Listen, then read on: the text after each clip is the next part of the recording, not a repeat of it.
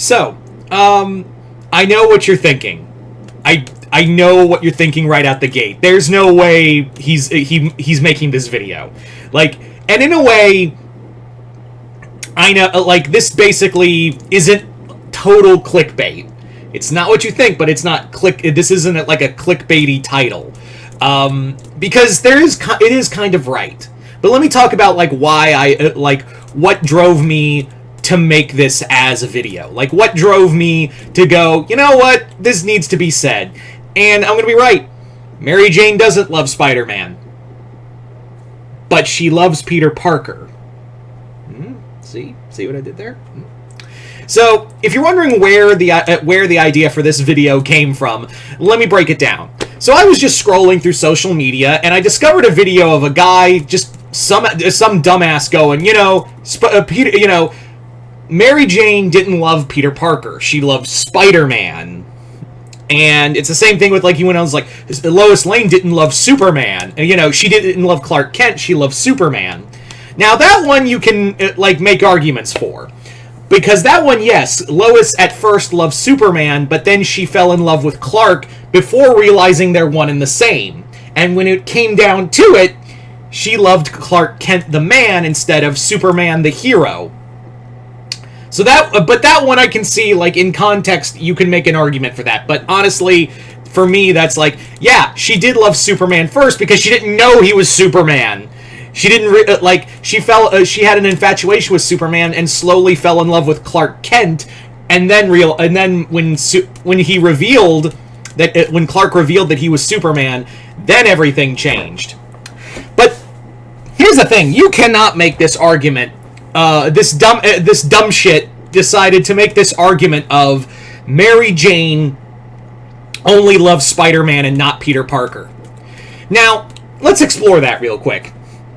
Did Mary Jane know Peter was Spider-Man the whole time? Yeah, she did. It's revealed during the black suit storyline that she was like, I was your neighbor, you dumbass. I saw Spider-Man swing into your bedroom window at night. And also see Peter Parker climb out there. I'm not an idiot. I just never said anything. But the thing is like, she even said in that storyline, I didn't love Spider-Man. I just kind of put two and two together. I was infatuated with Peter Parker. Now, Mary Jane, in her younger years, was just kind of the party girl. She dated, Harry Osborn. She dated, the other guys because that was her whole thing, was that she had this whole like party girl kind of free spirit. And when you find out why she was like that, because she had why she has that kind of persona is because that's kind of a defense mechanism. Her family was pretty fucking, her father was pretty fucking abusive to her and her sister and her mom for the longest time. That's why she went to go live with Aunt Anna. And eventually met Peter Parker and was like, oh, he's cute, but I'm going to date around and, lose myself, and put up this wall that Mary Jane is totally, happy-go-lucky. And then Gwen Stacy died. And then, Gwen Stacy died, and that was the moment where, and it's actually, in the comic, it's actually done very beautifully, where there's no dialogue, and she's about, like, Peter's just yelling at her to go, to go home, leave her alone, and, leave him alone. And what happens next is that she's about to open the door, she closes it and sits next to Peter and just lets him cry into her arms. That's the moment where we see Mary Jane grow up, in a way. Now, again, you could make the argument, oh, she just loved Spider-Man because she always knew. She knew, but she was in love with Peter Parker. It wasn't like, and Peter, like, there are times where Peter wouldn't use his, there were a few times, once or twice, during their relationship, and one time during their marriage, where he lost his powers and was like, I guess Mary Jane's not going to want to fuck me no more, or, want to date me, and she's like, I love Peter Parker, you idiot, the mask is something else. You want to know who does love Spider-Man more than Peter Parker? Black Cat. I think you're confusing, Felicia Hardy with Mary Jane. Because as much as I love Black Cat, I love Felicia Hardy, but we all know that she, deep down, even she said it, that I can't love Peter Parker. I love Spider-Man, and Peter Parker's just a part of that, and she's always admitted that. I think even during the Jed MacKay run, she even brought that up, which I haven't read. I've heard the Jed MacKay Black Cat series is actually pretty fire, so... But anyway, I'm getting off topic. Yeah, if you want, like, Mary Jane has seen Peter Parker beyond the mask. That's what I think people confuse with, and that's what I think even modern writers, looking at you, everyone at Marvel right now, that isn't Chip Zdarsky, or, several other writers. There are a few writers who get it. Chip Zdarsky got it before he went to DC. There was clearly a lot of writers who understood that relationship. Clearly Joe Quesada doesn't. Clearly Nick Lowe still doesn't. Bendis, I think, Bendis got it, and you clearly see Bendis had a true love for writing Peter Parker and Mary Jane, albeit as teens, in his Ultimate Spider-Man run. I think we can all agree that, Bendis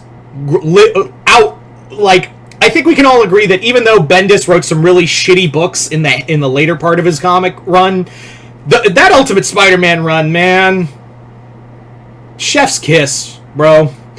And his Daredevil run, the dude, I think we forget Bendis was a good writer. It's because it's so overshadowed by other bullshit.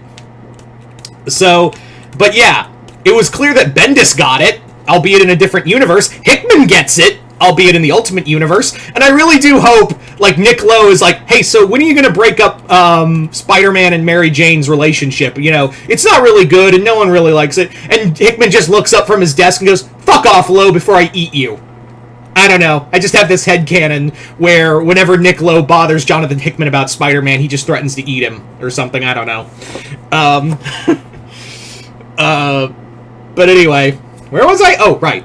But that's the thing I think a lot of people, again, modern writers forget, is that, Mary Jane's just the fun girl, or, she just loves Peter Parker because of, Peter Parker because he's Spider-Man. And I'm like, no, that's not the case. She loves Peter Parker because he's a good person and has been there for her and has helped deal with her trauma throughout most of their time together.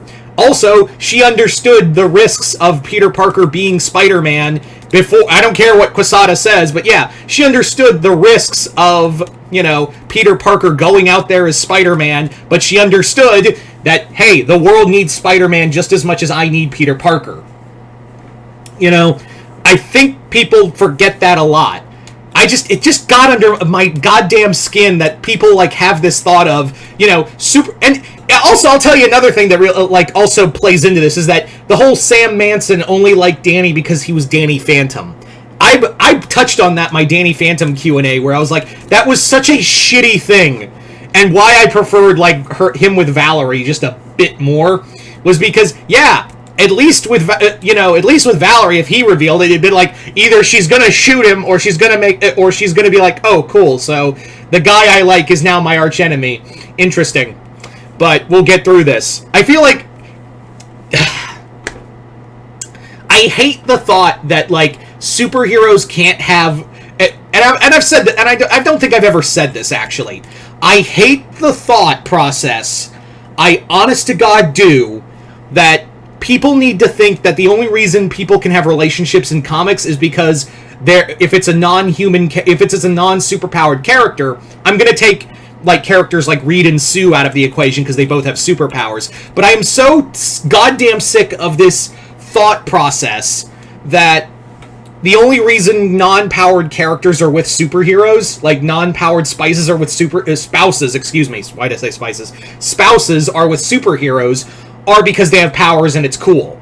It's just kind of an exotic thing. I hate that sentiment. We have seen so many times. Are you going to get mad at Batman for, are you going to get mad at, I don't know, everyone Bruce Wayne is fucked because he's rich? Or, you're going to poke fun at Goku or Chi-Chi because, Chi-Chi only wants to date Goku or be married to Goku because he's a powerful warrior, or Bulma because Vegeta has powers. Oh, we're not going to have that conversation?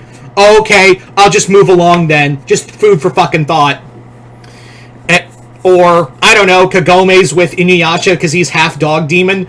Although, if you read a lot of, like, I've seen too many, like, adult smut stories of, just for that reason. But anyway.